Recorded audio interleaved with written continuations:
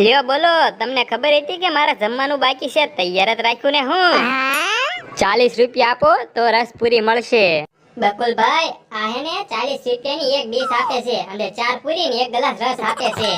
હાલો, રસપુરી તો ખાવાની જ હોય ને. હાલો તો મારે એક બાજુ હમણાં આવ્યો રસપુરી ખાવા. ક્યાંક પૈસા ગોતવા ગયા લાગે છે. તો ભલે ને, પૈસા લઈને આવે ને પછી રસપુરી આપવાની છે. બસ અહીંયા ઉભા રહો, કઈક પ્લાન બનાવી. હું પ્લાન બનાવવાનો છે? પ્લાન તો બનાવવો જ પડશે. હું હવાઈનો ભૂખ્યો છું, રસપુરી તો ખાવી જ છે. પણ ઈવડાઈ પેલા પૈસા માંગે પછી રસપુરી આપે. પણ પૈસા નો દેવા પડે ને, મફતમાં રસપુરી ખાવા મળે એવું કઈક વિચારો ને. પણ ઈવડાઈ થોડા આપણને મફતમાં રસપુરી ખવડાવે. મને એક વિચાર આવ્યો. હું? તમારી પાસે 200 રૂપિયા છે? હા. 100 રૂપિયા મને આપો. કેમ? એ આપણે મફતમાં રસપુરી ખવાઈ જશે ને, પૈસા પાછા આવતા રહેશે. એમ તો કેમ પૈસા પાછા ઓર આવો.